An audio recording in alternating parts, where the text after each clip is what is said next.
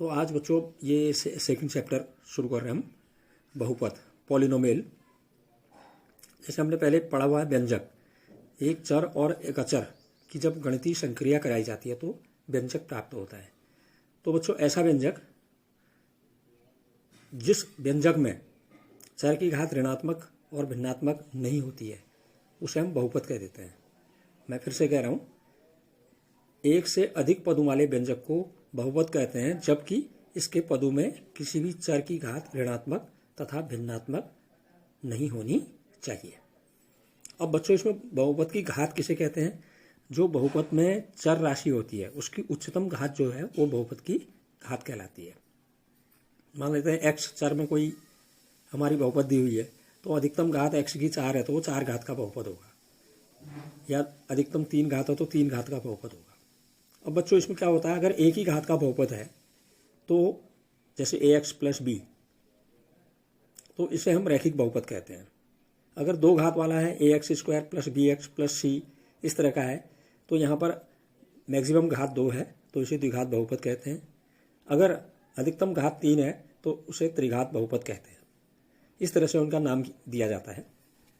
तो बच्चों जैसे यहाँ पर मैं एग्जाम्पल ले रहा हूँ, एक रैखिक बहुपद मैंने अभी कहा, जैसे ax प्लस बी हम ले, अगर यहाँ पर a शून्य नहीं होगा, अगर a शून्य हो जाएगा तो फिर ये चर राशि वाला पद ही गायब हो जाएगा, 0 हो जाएगा। तो ये एक घात वाला है ax प्लस बी, एक्स की पावर 1 है तो ये रैखिक बहुपद है, ठीक है। ax square plus B X plus C, इसमें 2 घात हैं x की चर राशि की तो ये द्विघात बहुपद हो गया। इस तरह से हम अलग अलग कैटेगरी में इनको बांटते हैं। अब बहुपद के शून्यक की बात आती है मुख्य। एक वास्तविक संख्या a को बहुपद का शून्यक हम तब कहेंगे जब हम px जो बहुपद हमारा है उसमें हम x की जगह a रख दें, चर राशि की जगह a रख दें तो उसका मान शून्य आ जाता है, तो a जो है बहुपद का शून्यक कहलाता है। अब बहुपद के शून्यकों का ज्यामितीय अर्थ मतलब उसका हम ग्राफ खींचे, अगर हम लेखा चित्र खींचे हैं तो लेखा चित्र से भी हम बता सकते हैं देख करके कि इसके कितने शून्यक हैं। रैखिक बहुपद का ग्राफ जब भी हम खींचते हैं वो एक सरल रेखा के रूप में आता है जो एक्सिस अक्ष को एक बिंदु पर काटेगा, तो हम कह सकते हैं कि इसका एक ही शून्यक होता है क्योंकि यह कैसा है, रैखिक बहुपद है, एक घात का बहुपद है। द्विघात बहुपद के लिए अगर हम ग्राफ खींचते हैं उसका जो ग्राफ आता है वो परवलयाकार आता है। परवलयाकार माने यू के आकार का, या तो ऊपर को यू के आकार का बनेगा या नीचे को यू के आकार का बनेगा। तो अब इसमें अलग अलग स्थितियां आ सकती हैं। ये यू जो बना हमारा यू आकार का द्विघात बहुपद का हमने ग्राफ खींचा तो ये एक्स अक्ष को नहीं भी प्रतिच्छेद कर सकता है, या एक बिंदु पर स्पर्श भी कर सकता है, या अधिकतम 2 बिंदु पर काट सकता है। तो इस तरह से द्विघात बहुपद का कोई शून्यक भी नहीं हो सकता है, एक शून्यक भी हो सकता है, या अधिकतम उसके 2 शून्यक हो सकते हैं। अतः हम कह सकते हैं कि किसी भी घात का बहुपद एक्स अक्ष को जितने बिंदुओं पर प्रतिच्छेद करता है उतने ही उसके शून्यक होते हैं। जैसे मैंने कुछ चित्र यहाँ पर चित्रों द्वारा बता रहा हूँ मैं। पहला मैंने चित्र बनाया जो पहले नंबर में शुरू में, यहाँ पर जो हमारा ग्राफ है ये द्विघात बहुपद के लिए बता रहा हूँ मैं, 2 जगह पर एक्स अक्ष को काट रहा है तो इसके 2 शून्यक होंगे। दूसरी स्थिति में मैंने लिया है यहाँ पर एक ग्राफ यू मैंने ऊपर की ओर ले रखा है, ये परवलय जो है ऊपर को है, यहाँ पर एक ही जगह छू रहा है एक्स अक्ष को तो इसका 1 शून्यक होगा। और हम एक और हमने तीसरा ले रखा मैंने, तो यहाँ पर एक्स अक्ष को कहीं भी न छू रहा है और न ही प्रतिच्छेद कर रहा है, तो इसे यहाँ पर कोई शून्यक इसका नहीं होगा। अब बच्चों इस पर आधारित प्रश्नावली 2.1 में 1 2 3 4 5 6 खंड हैं। इसमें से पहला और तीसरा खंड आपको समझा रहा हूँ, बाकी सेकंड और फोर्थ फिफ्थ सिक्स्थ, फर्स्ट और सेकंड में बता रहा हूँ। इनको आप इनकी शून्यक देख के बताएंगे कि ये कितने शून्यक हैं इनमें। तो जैसे पहला वाला देखिए बच्चों, इसमें जो एक ये रैखिक बहुपद का ग्राफ खींचा हुआ है ये वाई अक्ष में कट रहा है, एक्स अक्ष को कहीं पर भी नहीं काट रहा है, ये एक्स अक्ष को प्रतिच्छेद नहीं कर रहा है, तो यहाँ पर बहुपद px जो भी हमने लिया है उसका कोई भी शून्यक नहीं होगा।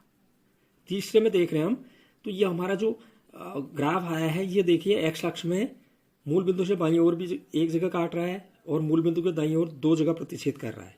तो यहाँ पर एक्स अक्ष को 3 बिंदु पर प्रतिच्छेद कर रहा है। अतः जो भी हमारा बहुपद है पी एक्स, उसके यहाँ पर 3 शून्यक हैं।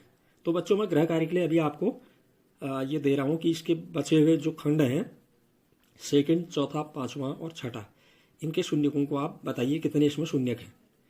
इसके बाद में ये और बच्चों को इसमें जोड़ रहा हूँ, कुछ 9th के बच्चों को भी, तो मैं फिर अगले आगे चैप्टर में पढ़ूंगा। ठीक है, इसको आप बना के मुझे ज़रा भेजिए। बच्चों, मैंने आप लोगों को आगे बहुपद के बारे में और बहुपद के शून्यक तथा जब हम किसी बहुपद का ग्राफ खींचते हैं, वो चाहे रैखिक बहुपद हो, द्विघात बहुपद हो या त्रिघात बहुपद हो, तो जब हम उसका ग्राफ खींचते हैं तो हमने ये देखा था कि ग्राफ एक्स अक्ष को जितने बिंदुओं पर काटता है उसके उतने शून्यक होते हैं। बच्चों, उसके बाद मैंने प्रश्नावली 2.1 के 2 खंड आपको बताए थे। एक ही सवाल है, उसके 2 खंड मैंने बताए थे अच्छी तरह समझा के, अलग अलग तरह के। उसके बाद मैंने आपको ग्रह कार्य दिया था। केवल दिव्यांशु अधिकारी ने वो सवाल बना के मेरे पास भेजे हैं। आप लोग और बच्चे पार्टिसिपेट नहीं कर रहे हैं, बहुत गलत बात है। मैं पूरी मेहनत में लगा हूँ और यहाँ से वीडियो बना रहा हूँ और लिखने का काम करके अच्छी तरह से स्टेप वाइज लिख करके आपके पास भेज रहा हूँ, ताकि आप लोग उसको समझ सकें, इसका फ़ायदा उठा सकें। तो बच्चों, ये गलत बात है। आप दिखाइए, उसका भेजिए मेरे पास फ़ोटो उसकी। और जो मैंने बच्चे बाद में जोड़े हैं, वो मेरी वीडियोस देखने के लिए जो मैंने पढ़ाया है, वो मैंने लिंक डाल दिया है। उस लिंक से आप मेरी वीडियोस देख सकते हैं। तो बच्चों, आगे बढ़ते हैं। किसी बहुपद के शून्यकों और गुणांकों में क्या संबंध होता है।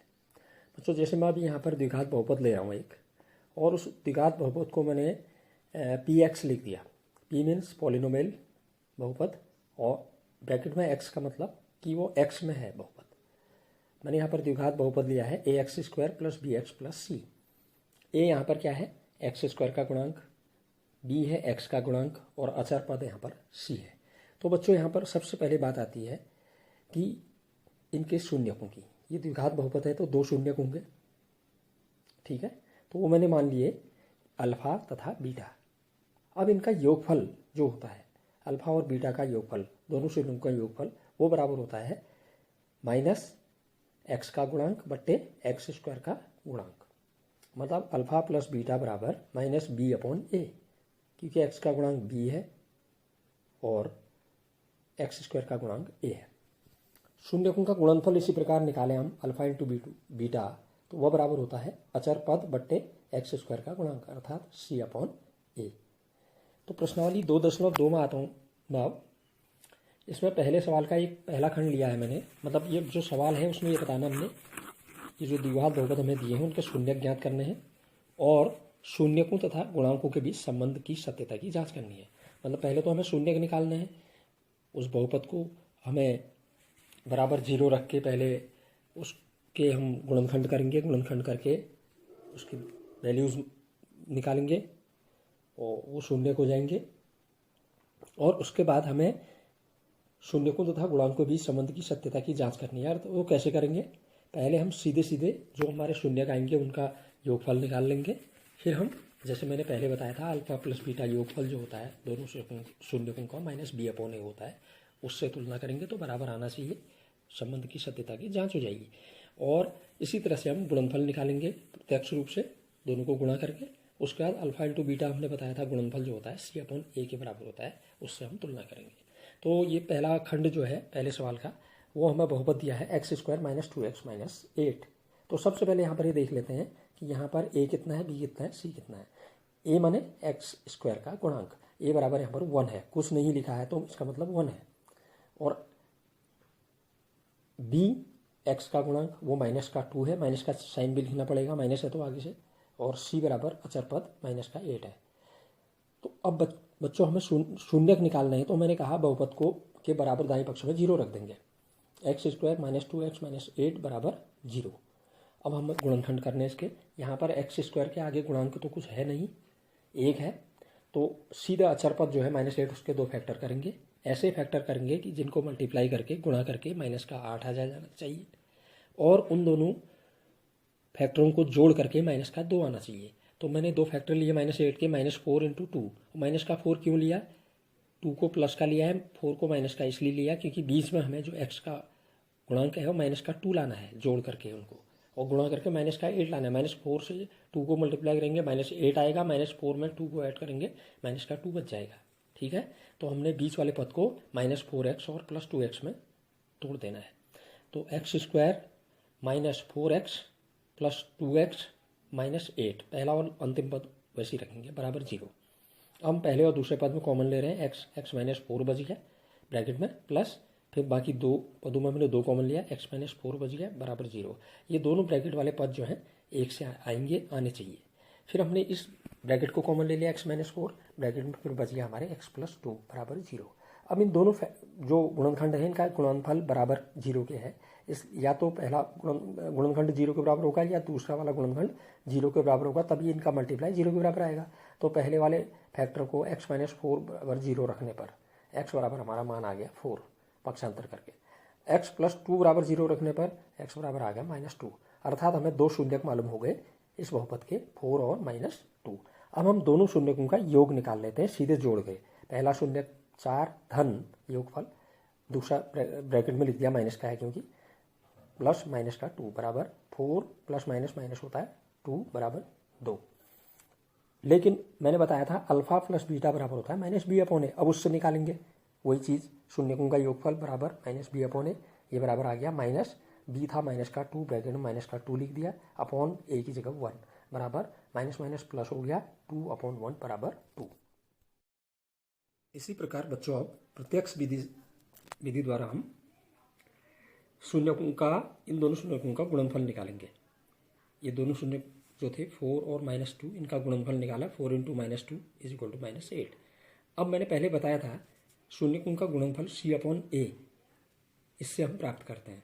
तो शून्यकों का गुणनफल c/a आ गया, c की जगह -8 था हमारा और a की जगह 1 था, तो यह आ गया -8। तो यहाँ भी हमें वही, जैसे हमने प्रत्यक्ष गुणा करके निकाला, इससे भी हमें वही प्राप्त हो रहा है। तो यहाँ हम ये देखते हैं कि शून्यकों को प्रत्यक्ष जोड़ने या गुणा करने पर उनका मान -b/a और c/a के बराबर ही प्राप्त होता है। अतः शून्यकों तथा गुणांकों के बीच संबंध की सत्यता की जांच होती है। बच्चों इसी क्रम में मैं इसका एक तीसरा प्रश्न भी बता रहा हूँ, तीसरा खंड इसका। तीसरा खंड इसलिए बता रहा हूँ क्योंकि इसमें x² का भी गुणांक है। वैसे आपने 9th में गुणनखंड किए हुए हैं, मैं एक बार फिर रिफ्रेश कर रहा हूँ। ये हमें दिया है थर्ड पार्ट 6x² - 3 - 7x। पहले तो हम इस बहुपद को घटते हुए घात के क्रम में लिख लेंगे, 6x² - 7x - 3। ठीक है, अब यहाँ पर हम देख रहे हैं x² का गुणांक a बराबर 6 है, x का गुणांक b बराबर -7 है और अचर पद c बराबर -3 है। अब हमें शून्य निकालने हैं, तो इस बहुपद को शून्य के बराबर रख दिया, 6x² - 7x - 3 बराबर 0। ठीक है, सबसे पहला काम हम यहाँ पर, क्योंकि x² के आगे गुणांक भी है 6, तो सबसे पहला काम हम x² के गुणांक और अचर पद को गुणा कर लेंगे रफ में। तो ये 6 × -3 का 18 आ गया। अब इस -18 के अदर फैक्टर करेंगे, दूसरे फैक्टर, जिनको कि मल्टीप्लाई करके -18 आ जाए और ऐड करके कितना आ जाए, बीच वाला पद x के गुणांक के बराबर -7 के बराबर। तो -18 के दो फैक्टर मैंने ले लिए, -9 × 2, 9 को माइनस का ले लिया, 2 को प्लस का ले लिया, क्योंकि हमने बीच वाला जो पद है x का गुणांक वो माइनस में लाना है। ठीक है, इसलिए -9 और प्लस के 2 में तोड़ देंगे बीच वाले पद को, पहले और अंतिम पद को ऐसे लिखेंगे, 6x² ऐसे लिख दिया, बीच वाले पद को हमने बदल दिया -9x + 2x और लास्ट वाला पद वैसे रखा -3 बराबर 0। अब हमने कॉमन ले लिया पहले और दूसरे में, 3x कॉमन आ रहा है, तो अंदर बच गया ब्रैकेट में 2x - 3। बाकी दो पद जो बचे हैं, तीसरा और चौथा, उनमें कोई कॉमन नहीं है। जब कुछ कॉमन नहीं होता तो 1 से सभी में भाग चला जाता है, 1 को हम कॉमन लेते हैं, तो प्लस का 1 कॉमन लिया, ब्रैकेट में बच गया 2x - 3 = 0। फिर ब्रैकेट एक सा आ गया, आना भी चाहिए, इस पूरे ब्रैकेट को हमने कॉमन ले लिया, 2x - 3, तो दूसरे ब्रैकेट में बच गया 3x + 1 = 0। अब इन दो ब्रैकेटों को आप गुणा करके 0 आना है, तो या तो पहला ब्रैकेट 0 होगा या दूसरा। तो पहले ब्रैकेट को 0 रख दिया हमने, 2x माइनस 3 बराबर 0, तो 2x बराबर आ गया, 3 का पक्षांतर किया 3 हो गया, तो x बराबर 3/2, पहला शून्य का आ गया। अब हम दूसरे ब्रैकेट को 0 रखेंगे, 3x plus 1 is equal to 0, 1 का पक्षांतर किया, माइनस का 1 हो जाएगा दाईं तरफ आके, 3x बराबर -1, x बराबर माइनस का 1/3, ये दूसरा शून्य का आ गया, माइनस का 1/3। तो दो शून्य का हमारे आगे इसके 3/2 और -1/3, क्योंकि द्विघात बहुपद है, दो शून्य का आगे। अब इन दोनों शून्यों को हम सीधे जोड़ के प्रत्यक्ष जोड़ करके योगफल निकालेंगे। पहला शून्य 3/2 प्लस दूसरा ब्रैकेट माइनस का है तो माइनस ब्रैकेट में माइनस का 1/3, प्लस माइनस माइनस होता है, तो 3/2 माइनस 1/3 इज इक्वल टू, ये घटा करके आ गया हमने एलसीएम लेकर के 7/6।